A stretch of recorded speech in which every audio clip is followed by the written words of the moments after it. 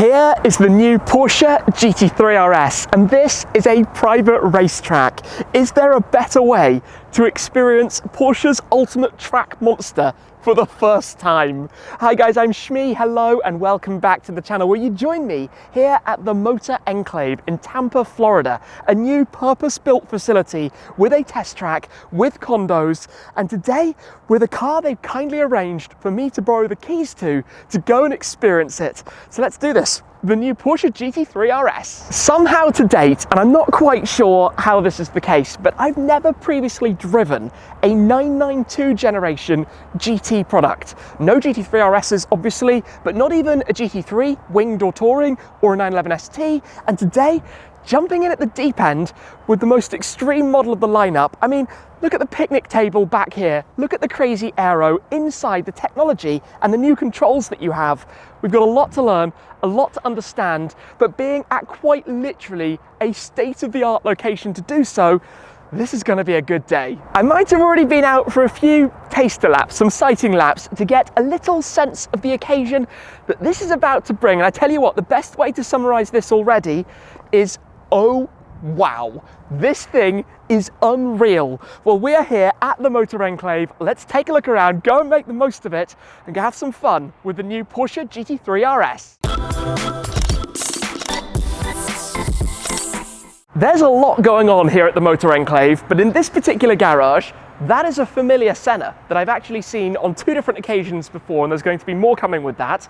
Up on the storage racks, the Benpack triple lifts, there are a number of cars as well that are part of the facility, and out this way, we have some of the speed karts and the Can-Ams for the whole off-roading side of the site. You can have a lot of fun out there, but today is of course about the racetrack and about the GT3 RS, and everybody who has driven one of these in anger has raved about it. The question today is, does it live up to expectations? Is this as good as everyone says? Well, we have the perfect place to find out, the perfect location here at the Motor Enclave. So I want to give you a quick introduction to the car, quick introduction to what's going on here, then we'll get this out and go push it a bit. It is particularly interesting to me that the GT3 RS is parked here alongside the Senna, because out of every car of recent years, these are two with the most enormous of picnic tables at the back. Basically, you buy a wing and you get your supercar with that. Now, the Senna has 800 kilos of downforce, and when the GT3 RS was launched, the headline figure was 860. And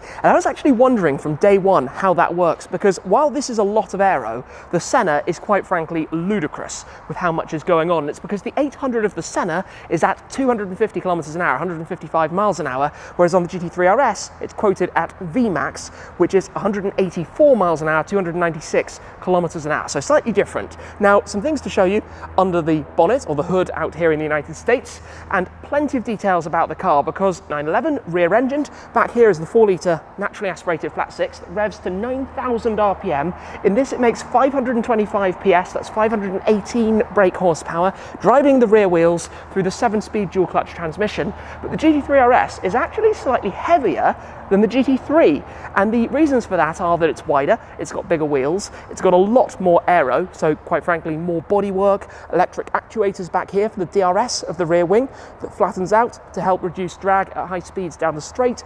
There's a lot of technology going on, especially when it comes to these controls here on the steering wheel and how you can adjust various things: Porsche Active Suspension Management, Porsche Torque Vectoring Plus, your electronic stability control and traction control, and of course your drive modes as well when you're switching between normal, sport and track. There is a lot to it that you can play with this. Now, being out here in the United States, no option from factory for the roll cage and harnesses. Those are reserved for other markets, but the bodywork is extreme. This is not a normal Porsche 911. I mean, it still has the basic shape and chassis and frame, but very, very different in every way. Suspension, motor, bodywork. I mean, look here at these cutaways behind the front wheels. It's only available with the PDK. The manual is reserved for the ST. The intake's here for cooling. In fact, there isn't even an openable engine bonnet. All you have back here, if we come over, are these little flaps that you pop open to fill up your oil and whatnot back there. Otherwise, close them back down. Nice and simple. But this thing, this is just enormous. This is almost shoulder height up here at the back of the car. I've always been intrigued by this type of detail, the aero blades that run over the top, helping with streamlining the airflow, aerodynamics. In this particular car, we've got the antenna up there in the bright blue standing out as well. And the Visac package that we have here, of course, adds all of your even lighter options to it and gets it even more set up for track driving. So I think I should probably take a seat here, slide into the familiar bucket seats that launched back with the 918 Spider, the same ones that I've had in some of my cars. Sit on in. We've got the color matched key just tucked in there for the moment, the shifter in the center, but let me turn on the ignition and then of course rotate that one more. Yes. All right. This is a car that means business, so should we go do that? Let's do this, and I tell you what, just sitting in here is exciting to begin with, but this venue is literally dreamland. There are around 300 private garages where people can store their car collections, they can be part of the motorsports club and be involved in this whole very, very exciting venue. In fact, down where we're headed at the moment, there is also the new event space where I'm actually out here to do some stuff in there also, but a huge open area with some amazing cars around today, and they very kindly allowed me to drive this with some private time out on this test track facility effectively. This is totally unreal right now, so let me just pull up. We will gear ourselves up and get ready, get a helmet on and figure out exactly what is going on with this, and then go drive some laps and bring you along with me for the experience in the new RS, one that I have been looking forward to driving, and this is quite frankly the best way I could possibly imagine doing it.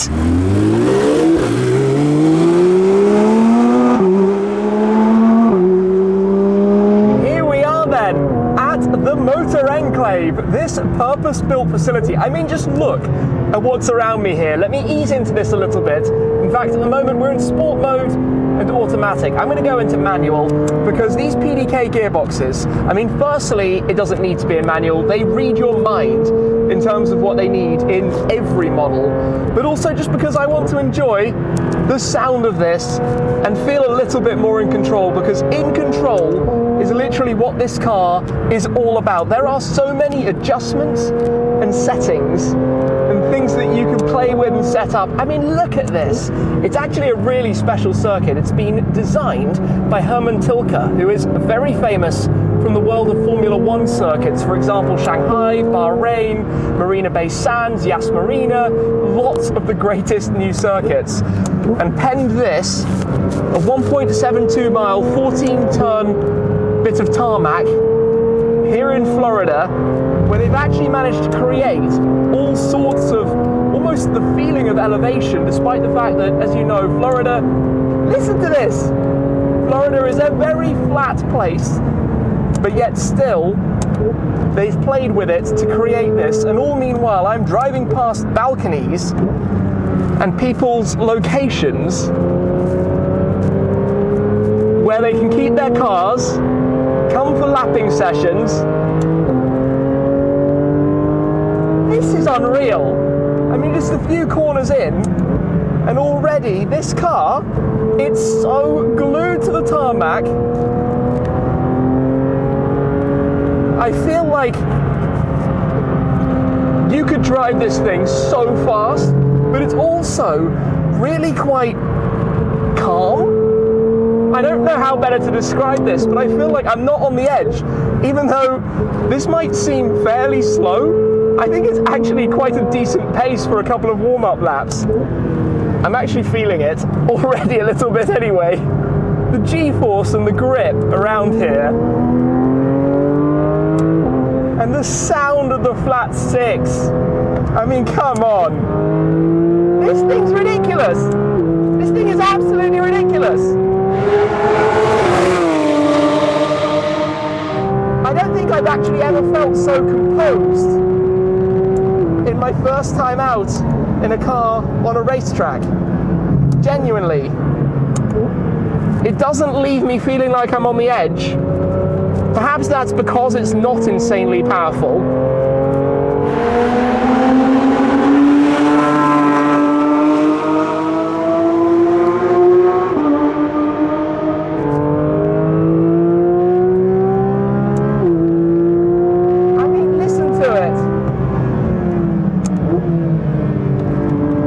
absolutely mad.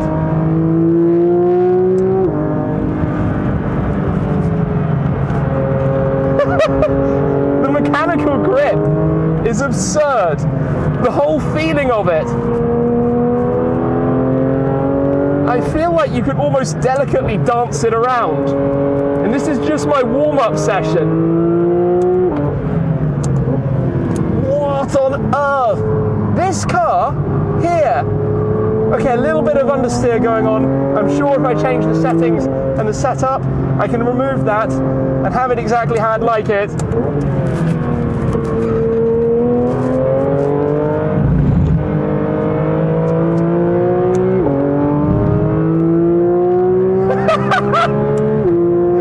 Oh my goodness!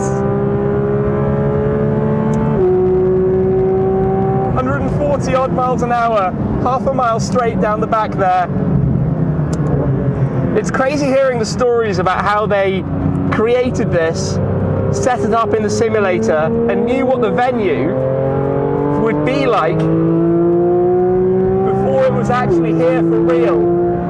It's a fascinating world, and I'm going to do a quick little cool down now. But as we go around, you know, I'm literally driving past yards away from where people could be hanging out watching the action on the track. I can't believe how confident it is. That's the thing that's actually impressing me the most here. It's not ballistic straight line speed. I'd like a lot more speed, but that's the GT3 RS's spot in the future. What it is though, is so dialed in for this kind of driving. If you want to drive regularly on track like this, I don't know what more you could want than a GT3 RS. I mean, I say what you could want because it is literally a case of want. These things are nigh on impossible to get your hands on, but still. What a first session. First couple of laps down then.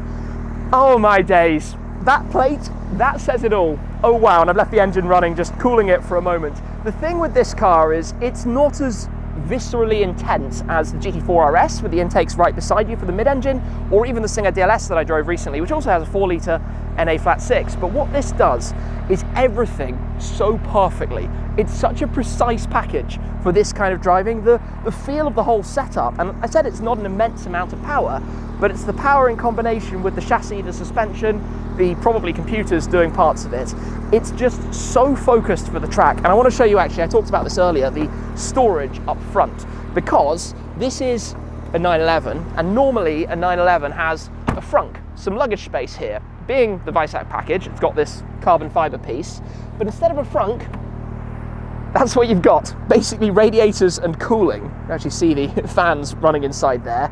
Instead of any luggage space. You can squeeze things into the car.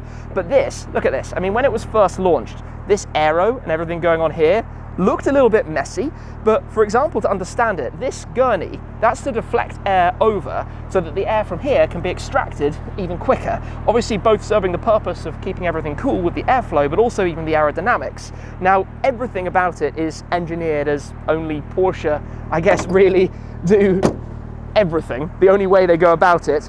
Bigger, beefier arches, again, swelling air, the open space here, but keeping it all within regulations, and that's the challenge for manufacturers. One thing I like a lot about what they did with this is fitting the wing within the bodywork of the car, which is regulation enforced, but still making it look like this, because the Senna was always critiqued for its wing sitting a little bit too far towards the front due to the way it's mounted.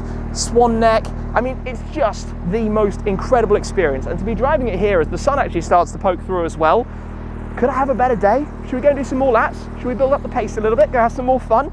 I think we should. Let's go. Here we go then. It's just ridiculous. It's just absolutely ridiculous. The stopping power, by the way, is immense. Haven't really focused on that yet, but that's something that Porsche 911s have always done very, very, very well. What I love though is that you can just thread it around.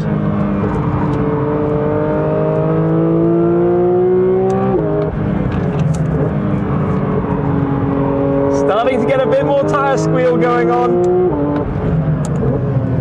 as the pace builds up here.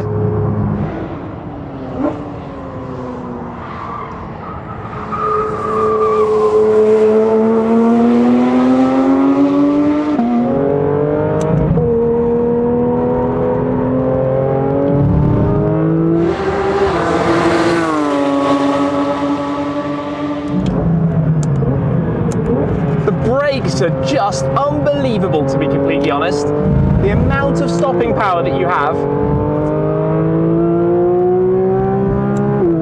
It's so smooth. The way it turns in.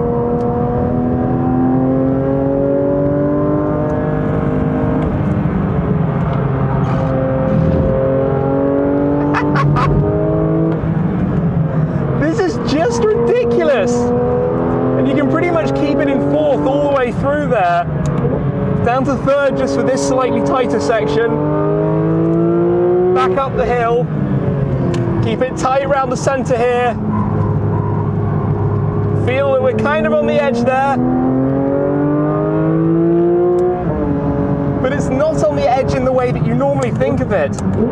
Because it's so composed. I don't understand how. I don't understand how this is so brilliantly planted.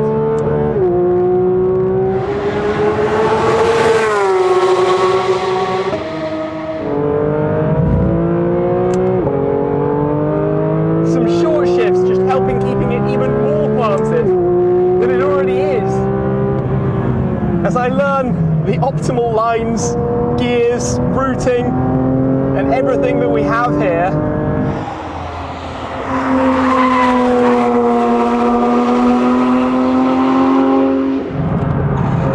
Little dab to steady the front. On we go. Gonna take third here. Feels slightly better. Just revs and revs. The end of the red line is so far away. Keep it tight. Don't get too early back on the power, it will push me out wide, a little bit like that.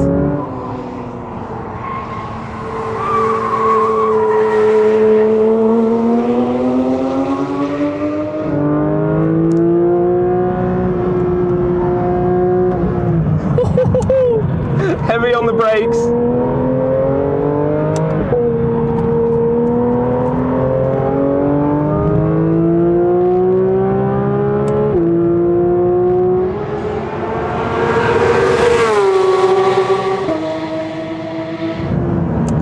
Insane machine. What an absolutely insane machine. I don't really know what else I can say about this. I mean, we're now into full tyre squeal territory, building the pace up so much around here. And I can't thank the owner of this car enough for the opportunity to go and actually drive it, to share with you how epic this machine is, because this is what it's all about. A place like this, a car like this, what a combination. What a phenomenal combination. And when you're driving in, you know, this kind of Porsche, it just goes and goes, and you can depend upon it. You know what it's doing. You know where it wants to go.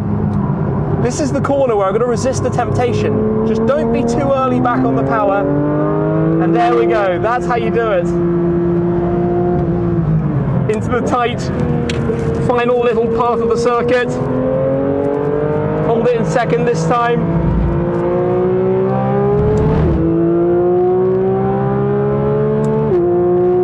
The shift lights come on as you go down the straight, reaching about 140 miles an hour down here, 145 or so. And I think it's going to be time for a cool down lap.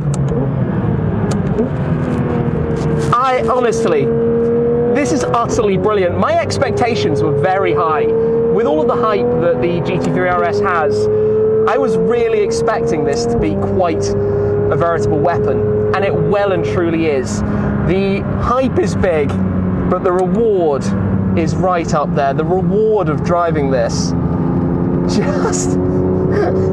it's just mind-bending. It's so epic. It's so good. What a drive. What a thing. What a day. What a place. The Motor Enclave with the GT3 RS. This is a good day. Wow. Let me step out of here. I tell you what, I'm a little bit hot now. I had the AC on, but obviously this is quite an intense drive. When you start dialing it up, it gets really on it. Really on it. Yeah, I apologize for the helmet hair going on. Whew, that is just really intense. It's not Senna fast. It's not that category. I'd love to drive it back to back with the GT Black series. It's a very different drive because clearly not as fast in a straight line, probably a little bit more grip, and certainly on the tighter corners because of the rear engine pressing down on the rear wheels, it's going to get back on the speed a little bit earlier, where the GT Black series with the front mid setup is a touch more edgy. But really, Porsche kind of nailed it with this. That's why they trade for the values they trade for. That has been really cool to experience here today. Whew, there's a ton of other stuff going on in the background. Time to have a breather and gather some more thoughts. There is something that I need to show you on this car, something that if you don't know is actually really quite funny. Now, in a world where many cars have radical and extreme looks, but not necessarily as aerodynamically based as they are on this, lots of these things would have fake vents, right? Fake ducts, vents, whatever it may be. In the case of this, down here, I need to show you something. This is very much an open, proper vent, legitimate vent. But down below, this space needs to be talked about because, for aero purposes, you have the body piece around there, but to not be called out for a fake vent, have a look at what Porsche did on the GT3 RS. It literally says, no vent inside. How about that for a little Easter egg tucked in on the back of this car? If you didn't know, you would certainly never spot that. A point we should touch on about the drive that you might have noticed, I have been running today on P0 Corsas, so a slightly more all-year usable but still track bias tyre. Pirelli have the Trofeo RS, which is their equivalent of the Michelin Cup 2 R, which this would normally come with by default. So obviously with this amount of downforce, you're going to reach the limitations with the tyres, which is pretty much what I've experienced a little bit of today. It would be interesting to have the ultimate in basically semi-slick for the car, but also interesting just to experience what it's like even on a tyre that is more all-year usable. At the end of the day, if you're going to own a car like this, you do also want it on a tyre that's going to be safe when conditions are a little bit sketchy, and the closer to track performance you get, the less good the tyres are on the road. So just something I wanted to draw attention to before we just have some final thoughts about it all. Before I hop out to explain the location I'm now parked at, there's actually a very cool parking spot over there at the swimming pool, but we'll get to that. I want to show you a few more things about this particular car. Obviously my first time being in here, seeing it all, and some things that are different to the standard 911s. Obviously we've got the 5 style display, you know, the 5 round dials, as you always have done on the 911. The central one is the physical display, the sides are screens. And one of the cool things with this, if I go up, is that you can actually put it into this track specific mode with just your key information. So the DRS, the tyre pressures, temps, you can see the graphic on the left, and on the right some further temperatures and engine details. Or if you would like, you can have it the other way. But simplifying the displays means it's uncluttered, it's easy to find the stuff you need to see. You can also, of course, go through various other charts and screens that you have available to you on this, which is always very fun. I love going through those and being able to set it all up and have the information on the display that you would like. Now we have, similarly to before, the door pulls instead of door handles. The carbon blade here for the grab handle is very nice. The pockets down below, obviously all fairly lightweight orientated, but still with carpets and nicely finished inside. The leather for the seats, the Weissach RS embroidery up top, obviously stripped out at the back, no seats back there, no cage in this car as I mentioned, just some carpets where you can squeeze some bags and things, some nice carbon fibre trim across the dash, the Weissach RS plaque over there, and through your central infotainment, this is obviously the same as in the other 911s, access to just about everything you could want, from lighting to your driving settings, the exhaust setting. You can change the aerodynamics and how the wing is behaving. You have navigation, you can extend the spoiler. This is all quite fun. Press and hold to extend the spoiler. Oh, that's the rear DRS spoiler. So if I press and hold this, it will actually open it up. Yes, I can actually hear that. So wait, hold on, how do I do this? Spoiler has been extended, and it's doing the front ones as well to match that. This is interesting. So this is that top blade at the back that you can change the position and pop it down. I'm not entirely sure what I'm doing with all the buttons. Maybe I need to actually be driving to demonstrate that properly, to show you exactly what it's doing. What else do we have in here? Obviously your tiles, navigation, music, you know the drill with these cars, everything available. Some hotkeys, nose lift, suspension, traction control, ESCTC. Your climate control settings are down here, a little bit awkward behind the gear shifter, but at the end of the day, if you're driving, you'll have that down there somewhere. For now, back into park, there is a cup holder. I think you can actually pop that out, and small armrest storage in here with some USB-C ports as well. Fire extinguisher down there in the footwell, and that soundtrack. which is obviously mega. Anyway, let me hop out and show you the last couple of things about this. You could call this area the Triangle of Trouble. Where we are now with the further garages in the triangle around us, and where I'm going to show you now is a different part of this, obviously for events, poolside quite literally, but you see where this rectangular fountain is, you can actually park a car on there, turn off the fountains, that's a parking spot. That's going to be very cool for different events and things and stuff like that. And there's so much going on around here. We've spoken about the off-roading, we've been out on the track. There's also a 2-acre drift area to practice car control, drifting, power sliding with the watered surface. There's also the event space. There's plenty more. And for driving a car like this, to get the experience of it, like I said, to go through the different settings, to understand more of what a car like this can do and what it can offer, that's the type of thing where this is just amazing to be around all of that type of thing. There are 300 odd garages in total, and they're going to be kitted out in the very near future by each respective owner. This is going to be the most amazing place to come and see, to come and explore, to come and take in. All meanwhile having today been here for the first time driving in a GT3 RS, and I've been looking forward to driving the GT3 RS. To be honest, I thought maybe it would be out on the road somewhere, just normal circumstances, but to have driven it today and to have been actually able to experience more of what it offers, to go up through the revs, to drive it out in a bit of anger, to understand where Porsche were going from, and quite frankly, it is just a bit silly. It's so good. You have this, I'm going to say, balanced overall car. The power isn't crazy, but everything works brilliantly with it. Throw another 300 horsepower at this and it would still be brilliant. It just puts a big smile on your face. That precision, but it really for me is such a track focused machine. And at the end of the day, it is a road car, and this is one of the things always to take into consideration. Road car with limited practicality and with some controls that many people will never quite get their heads around actually using probably.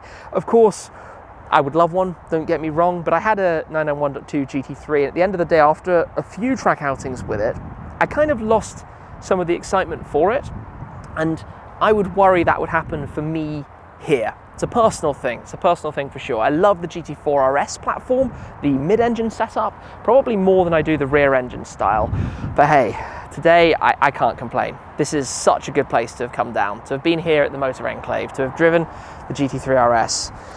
Oh, what an afternoon. What an amazing afternoon. And that might not be all from this little visit. So I'll pop all of the information down below about the Motor Enclave if you're interested in finding out some more. For now, it's been a good day. That's it for now. Thank you very much for watching, guys. As always, thank you everyone here for the opportunity today. And thank you, of course, to the owner of this car for letting me be able to share with you my first drive at the wheel. Does it live up to expectations? Yes, it does. Yes, it does. I do have to say. That's it for this time. Thanks as always, guys, and I'll see you again very soon. Cheers.